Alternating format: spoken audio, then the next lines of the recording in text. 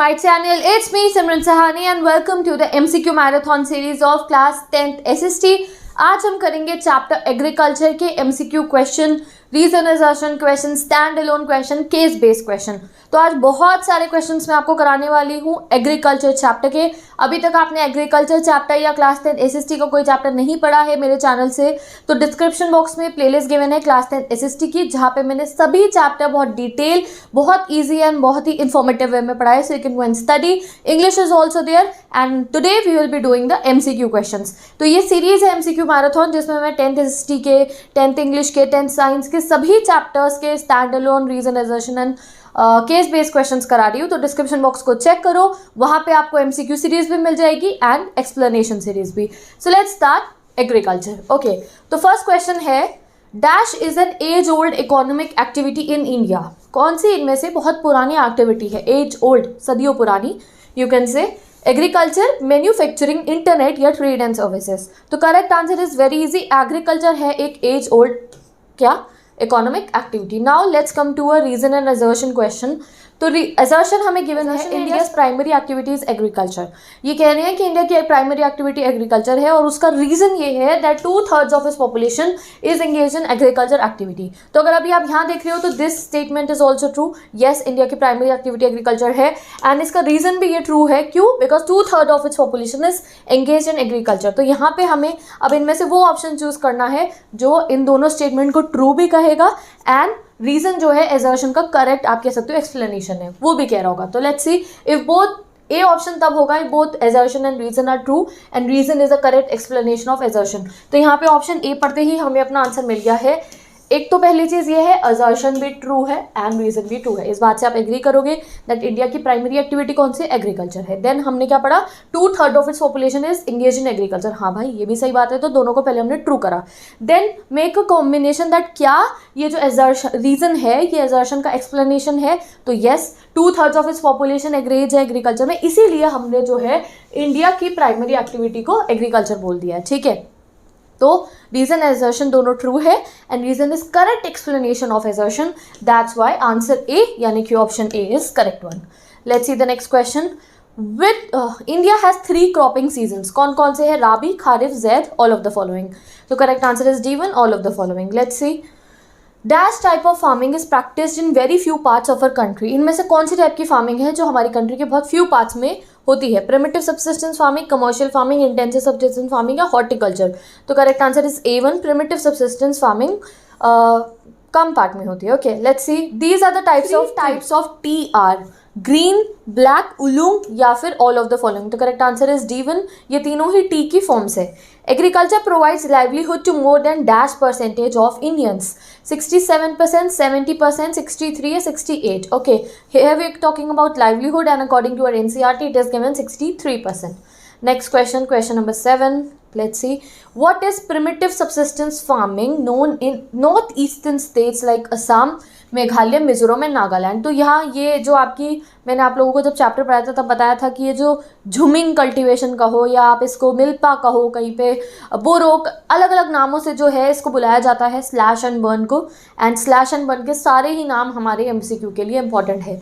तो यहाँ पे ये पूछ रहे हैं कि north eastern state like Assam, Meghalaya, Mizoram and Nagaland में क्या बोला जाता है इसको, झुमिंग, मिल्पा, कोनू या बेवर। तो करेक्ट आंसर है zooming cultivation. Okay, let's see the next question. Which of the following is true about primitive subsistence farming.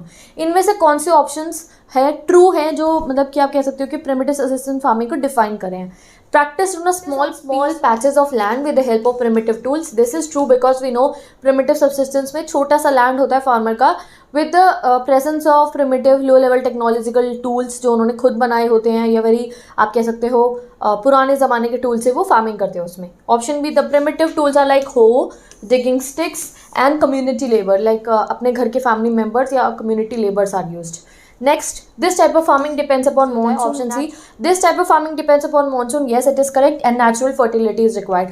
तो ये तीनों की तीनों स्टेटमेंट ही ट्रू है, ये तीनों प्रिमिटिव सब्सिस्टेंस फार्मिंग को डिफाइन कर रही हैं। तो हमारा करेक्ट ऑप्शन कौन सा होगा? D, all of the above. Very easy.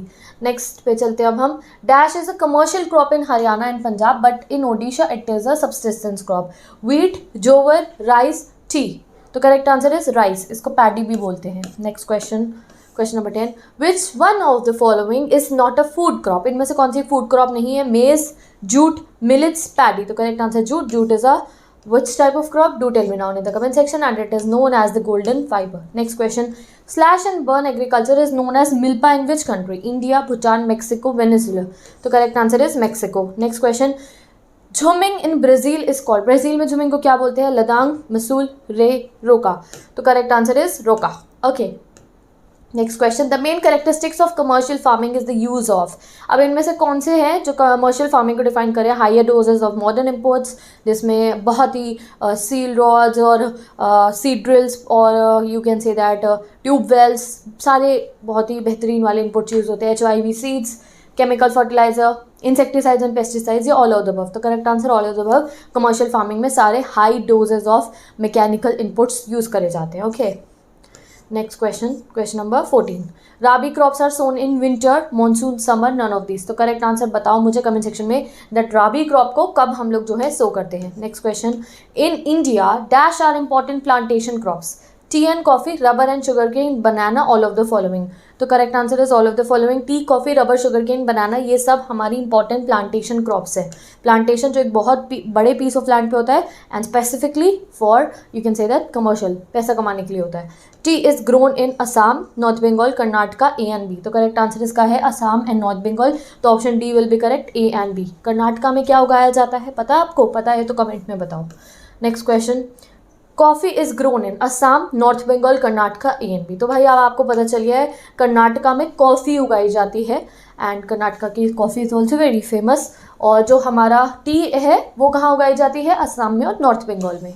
Next question देखते हैं अब हम. Question number 18, rabi crops are harvested in. तो harvesting and sowing seasons are very important. This I told you in the agriculture chapter explanation also.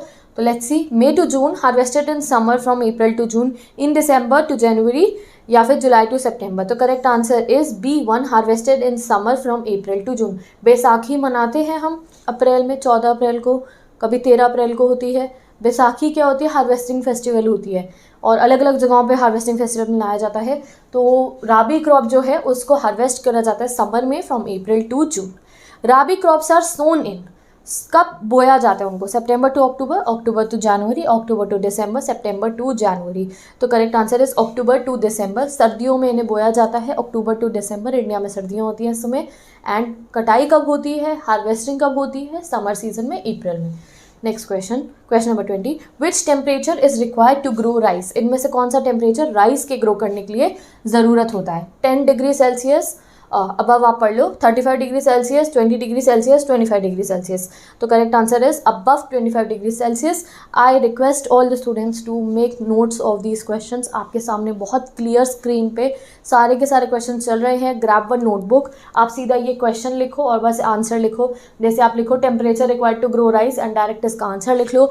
This will be your own book, your own reference book. You will be the author of it and you can learn any question from it and you can revise any question from it any time. Okay, तो जब आपका exam होगा, आपको agriculture chapter revise करना है MCQ के लिए, तो आपके पास यहाँ मैं आपको 50 क्वेश्चंस कराने वाली, 50 क्वेश्चन लिखे होंगे. हम क्विज करेंगे, 50 और लिखे होंगे. फिर मैं जब एग्जाम्स के पास में रिविजन सीरीज बनाऊंगी उसमें और क्वेश्चंस होंगे. तो एक ही चैप्टर के आपके पास जब इतने क्वेश्चंस रिटन में होंगे जिनको आपने खुद से प्रैक्टिस करा होगा, तो you will see the change. So start writing these questions. Next question number 21. Dash are grown with the onset of monsoon in different part of the country and these are harvested in September and October. Kharif crop, Zaid, Rabi, none. तो correct answer is, tell me now in the comment section क्या है इसका correct answer. Next question. In states like Assam, West Bengal and Odisha, 3 crops of paddy are grown in a year. Us, Aman, Boro, या all of the following. तो correct answer is all of the following. Next question. Our country is the dash largest producer of the rice in the world. Second या third? तो correct answer is second largest producer हैं हम. Next, this is the second largest cereal crop. Okay, तो India की कौन सी second largest cereal crop है या second most important cereal crop? I mean to say wheat, rice, millets, pulses. तो correct answer is A, wheat. Okay, second most important cereal crop. Next question, question number 25. There are dash important wheat growing zones in the country. हमारी country में कुछ important wheat growing zones है. First यहाँ में given है Ganga Sutlej plain in north west. दूसरा हमें given है black soil region of the Deccan, या option C both A and B, या ऑप्शन डी नन। तो करेक्ट आंसर C1 है। जो गंगा सतलुज पेज है नॉर्थ वेस्ट में और जो ब्लैक सॉइल रीजन है डेक्कन का, दोनों ही वीट ग्रोइंग जोन्स कहे जाते हैं। Next question number 26, dash are the important millets growing in India, jowar, bajra, ragi, all of the following. तो ऑल ऑफ द फॉलोइंग है ये सभी टाइप की मिलेट्स जो हैं हमारे इंडिया में उगाई जाती हैं। अगर आपको पता है मिलेट्स को हिंदी में क्या कहते हैं तो मुझे कमेंट बताओ। Which of the following is a Zaid crop, इनमें से कौन सी जैद क्रॉप है? मूंग, मस्टर्ड, उड़द, वाटरमेलन। तो वाटरमेलन होती है एक Zaid crop. Next question, which of the following countries is the largest producer of oil seeds, oil seeds का लार्जेस्ट प्रोड्यूसर कौन है? USA, China, India, Brazil. तो करेक्ट आंसर इज इंडिया, हम ऑयल सीड्स के लार्जेस्ट प्रोड्यूसर हैं। Next question, bajra grows well on, बाजरा जो pigeon खाते हैं ना, छोटे छोटे प्यारे प्यारे पिजन हमारे, वो बाजरा खाते हैं। तो बाजरा कैसी सॉइल पे उगता है? Sandy soil and shallow black soil, arid soil, black soil, none. तो correct answer is sandy soil and the shallow black soil में बाजरा उगाया जाता है। Next question number 30, major bajra producing states are, Rajasthan, UP, Maharashtra, Gujarat, Haryana, all of the following. तो correct answer is D1, all of the following. Okay, next question, ragi is a crop of dry regions and grows well on, रागी कैसी soil में अच्छे से उगाई जाती है? और यहाँ में हिंट दे रखा है ये ड्राई रीजन में उगाई जाती है। ओके, तो red, black and Sandy soil, loamy soil, shallow black soil, all of the following. तो देखो ये सभी का आंसर क्या है, मतलब कि इस पार्ट का आंसर क्या है? D option, red, black, Sandy में भी, लोमी सॉइल में भी और शैलो ब्लैक सॉइल में रागी क्रॉप उगाई जाती है। Next, it is a Kharif crop which requires temperature between 21 degree Celsius to 27 degree Celsius and it grows well in the old alluvial। ठीक है, कौन सी है ये? मेज, मिलेट्स, व्हीट, राइस। तो करेक्ट आंसर इज मेज, one of my favourite crops. भुट्टा, corn, तो भाई कॉर्न हम हर जगह पे हर समय सबको कॉर्न पसंद होते हैं, पॉपकॉर्न पसंद होते हैं। तो ये ओल्ड एल्यूवियल सॉइल में उगाया जाता है और इसे टेम्परेचर चाहिए होता है 21 से 27 डिग्री के बीच का, and it is a Kharif crop. Okay, next question, and yes when ever you read the questions ना, तो क्वेश्चंस में भी हमें काफ़ी सारी इंपॉर्टेंट बातें पता चलती है। जस्ट लाइक यहाँ पे भी आपको पता चल गया खारिफ क्रॉप, मेज इज अ खारिफ क्रॉप, मेज को कितना टेम्परेचर चाहिए होता है, तो क्वेश्चन में भी आपको बहुत नॉलेज मिलती है। So the more you are reading the question, the answers, the more you will be able to answer any question. Okay, next, in some states like dash maize is grown in rabi season also. तो कुछ states में जो मेज है, भुट्टा है, उसे राबी यानी कि विंटर्स में भी उगा दिया जाता है। तो बिहार, यूपी, महाराष्ट्र, पंजाब, तो बिहार में उगा दिया जाता है। Next, India is the largest producer as well as the consumer of dash in the world, rice, pulses, millets या मेज। तो इसको ना पल्सेस से याद कर लो, दाल, राजमा, जो हमें कितनी भी खिला लो हम खुश हैं। तो हम लार्जेस्ट प्रोड्यूसर भी है और कंज्यूमर भी है, किसके? पल्सेस के। Next question, it is the main source of sugar, gur, jaggery. तो क्या है main source of sugar, gur, jaggery? Rice, pulses, millet, sugar cane. Very easy, sugar cane, गन्ना। Next question, watermelon and melon grows in, watermelon, melon, zaid, rabi, kharif या none of the following. तो correct answer zaid season में watermelon, ये तो आपको देखते ही पता चल गया होगा, watermelon, melon, Zaid. Bajra grows well on, now this is a repeated question, alluvial black soil, sandy black soil, red yellow soil या एल्यूवियल एंड एरिड सॉइल। तो correct answer is sandy and black soil. ठीक है, ऊपर हमने learn किया था sandy and shallow black soil, तो kind of same. Okay, ragi is very rich in, रागी में क्या होता है? जिंक, आयोडीन, आयरन या फॉस्फोरस। टेल मी डाउन, जल्दी से कमेंट सेक्शन में बताओ क्या होता है। Ragi is very rich in zinc, iron, iodine या phosphorus. Next question, maize is a dash crop, maize कैसी क्रॉप है? राबी, जैद, खारिफ या नन। तो करेक्ट आंसर बताओ जल्दी से, और अभी मैंने आपको करवा ही दिया था, खारिफ क्रॉप है। Next question number 40, which country is the largest producer of pulses in the world? India. बहुत ईजी है ये। Next question, sugarcane grows well on, sugarcane कैसे क्लाइमेट में उगता है? कोल्ड, ड्राई, ह्यूमिड या हॉट एंड ह्यूमिड। तो correct answer is hot and humid, दोनों चाहिए होते हैं ऐसे। Next question number 42, the crops grown in rabi season, rabi season में कौन सी क्रॉप्स उगाई जाती है? इनमें से wheat, peas, rice, jute, maize, soybean, pulses, melon, vegetable या शुगर केन, टोबैको। तो correct answer is A1, wheat, peas, barley, mustard. ये क्या है? एक टाइप की राबी क्रॉप है। Next question, castor seed is a, castor seed क्या है? राबी, खारिफ, जैद या बोथ ए एंड बी। तो गाइस कैस्टर सीड जो होते हैं ये राबी एंड खारिफ दोनों सीजन्स में उगाए जाते हैं, तो ये दोनों टाइप की क्रॉप्स में आता है castor seeds. Next question, Gujarat was the largest producer of dash followed by Rajasthan and Andhra Pradesh in 2016 and 17। तो ग्राउंडनट, शुगर केन, मिलेट्स या मेज। तो correct answer is groundnut. Groundnut का लार्जेस्ट प्रोड्यूसर था Gujarat, followed by Rajasthan and AP, that is Andhra Pradesh. Next, T plant grows well in which climate. तो T कैसे climate में उगाया जाता है? Hot, humid, dry, dry climatic conditions, या फिर you can say tropical and sub tropical. तो correct answer is tropical and sub tropical.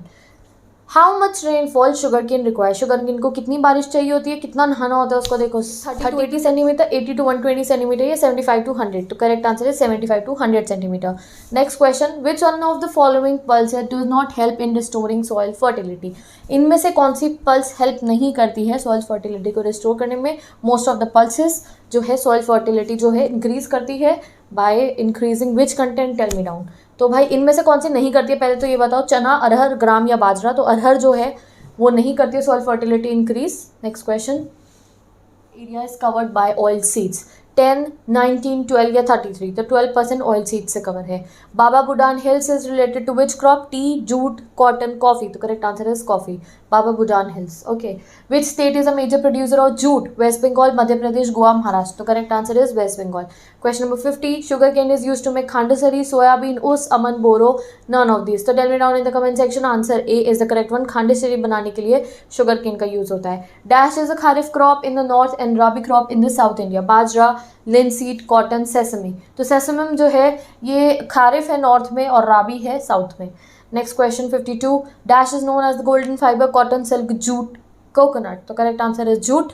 Next, India is believe to be original home of dash plant, cotton, paddy, wheat, legume. तो cotton का original home है India. Next question, question number 54. In India, agriculture provides livelihood to more than 50% of the population, 60% of the people, more than half of the people, या more than 1/3 of the people. तो correct answer is more than 60% of the people. Next, which of the following is known as horticulture crop? इनमें से कौन सी horticulture crop है? And it's very easy. It is fruits and vegetables. Next question, question number 56. Which one of the following crop is used both as a food and a fodder? बाजरा, जोवर, wheat, maize. तो correct answer is maize, food, fodder दोनों की तरह ये use होती है. Where is rubber mainly grown in India? Andaman Nicobar, Maharashtra, Andhra Pradesh या फिर उत्तर प्रदेश. तो अंडमान निकोबार, ये जो आइलैंड है हमारे Andaman Nicobar, these are you can say that warehouse, storehouse of so many minerals और you can say flora, fauna. तो हमें बहुत कुछ मिलता है उन आइलैंड्स पे से. रबर हो गई और भी, मतलब दे आइलैंड्स आर लाइक हमारे इकोनॉमी के लिए they are very important. Okay, तो जैसे क्वेश्चन एंड ये होपफुली हमारा एंड होने वाला है chapter. Organic farming is much in vogue today because it is practiced without factory made chemicals such as fertilizer and pesticides. तो ये assertion हमें ये देखिए, आज का ऑर्गेनिक फार्मिंग बहुत फेमस हो रही है बिकॉज ये बिना पेस्टिसाइड्स एंड फर्टिलाइजर जो केमिकली फैक्ट्रीज में बने होते हैं उसके बिना होती है ये ऑर्गेनिक फार्मिंग. एंड इसका रीजन दिया है, hence it does not effect the environment in a negative manner. तो फर्स्ट दोनों स्टेटमेंट पढ़ के हमें समझ में आ गया ट्रू है. ऑर्गेनिक फार्मिंग में केमिकल्स यूज़ नहीं होते हैं और केमिकल फर्टिलाइजर्स यूज़ नहीं होते हैं. जब केमिकल फर्टिलाइजर यूज़ नहीं होते तो वो हमारे एनवायरनमेंट को डैमेज नहीं करता. So here we can see reason assertion दोनों ट्रू है और जो रीज़न है वो एजर्शन का करेक्ट एक्सप्लेनेशन भी है कि भाई जब यहाँ केमिकल यूज़ नहीं हो रहे देयरफॉर यहाँ पे एनवायरनमेंट को ये इफेक्ट भी नहीं करते. तो हमारा option A will be correct. Both A and R R true and R is the correct explanation of A. Okay, let's see the next. अगर देखो यहाँ पे लिखा होता it effect the environment in a negative manner, does not की जगह it effect लिखा होता तो फिर क्या होता हमारा रॉन्ग हो जाता. ये ऑप्शन ए नहीं होता हमारा. फिर हमारा होता A is true but R is false. फिर हमें ये सी ऑप्शन करना पड़ता. So I am telling you कि आपको बहुत ध्यान से इनको देख के सॉल्व करना है. Next question, question number 64. ICAR की फुल फॉर्म आपको बतानी है. Indian council of agriculture reach, Indian council of agriculture research, Indian club of agriculture research, indigenous council of agriculture research. तो correct answer is B1, Indian council of agricultural research. तो with this guys 65 question and with this complete हो जाएगा हमारा chapter. Dash is recognise as powerful supplement in inventing new hybrid varieties of seed.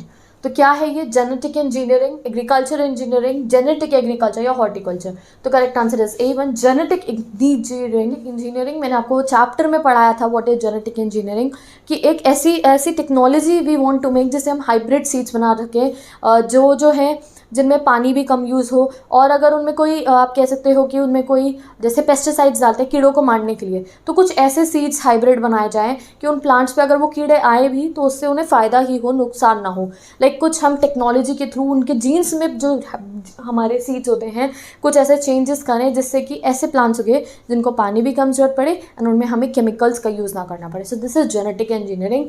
So with this guys हमने 65 questions कर लिया. ऐसे ही मैंने आपको 65, 70, 75 एक बहुत सारी वेराइटीज़ के क्वेश्चन कराए हैं हर एक वीडियो में. डिस्क्रिप्शन बॉक्स में 10th SST की प्लेलिस्ट गिवन है and I have made a video in which I have told you that कैसे आप 7 दिनों में पूरी SST कंप्लीट कर सकते हो क्लास 10 की। अगर आप चाहो तो वो देख सकते हो, डिस्क्रिप्शन बॉक्स में गिवन है।